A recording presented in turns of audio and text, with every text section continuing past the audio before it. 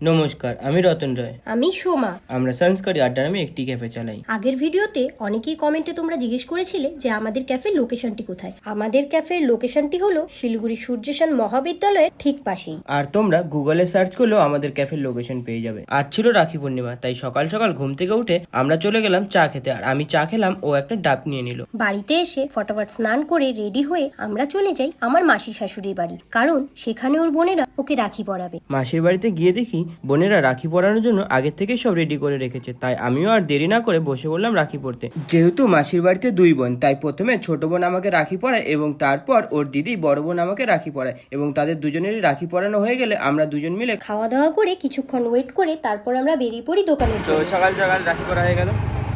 এই যে এখন যাচ্ছি দোকান, সমস্ত কাজকর্ম করতে হবে।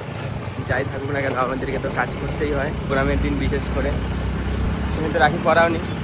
আমি পড়াবো, ভাই কাজে গেছে, আমি বিকালে দোকান যাওয়ার পথে অমৃকানগর বাজার থেকে কিছু সবজি নিয়ে আমরা চলে আসলাম দোকানে। দোকানে এসে আমি দোকানের সমস্ত কাজ করতে থাকি, আর ও চলে যায় বাড়িতে ওর ভাইকে রাখি পরানোর জন্য। আমি ভাইকে রাখি পরাতে থাকি, তখন জিমি বলে আমিও কিছু জায়গাতে রাখি পরাবো। ভাইকে রাখি পরিয়ে আমি চলে আসি দোকানে। দোকানে এসে আমি আগে শুভকে রাখি পরাই, তারপর একে একে দোকানে সমস্ত মদন ভাইদেরকে রাখি পরাই। আজকের ভিডিওটা আমি এখানেই শেষ করছি, দেখা হচ্ছে পরের ভিডিওতে। আমি ভেবেছিলাম ভিডিওটা আমি কালকে আপলোড করব, কিন্তু দোকানে ব্যস্ত থাকার কারণে আমি কালকে ভিডিওটা আপলোড করতে পারিনি।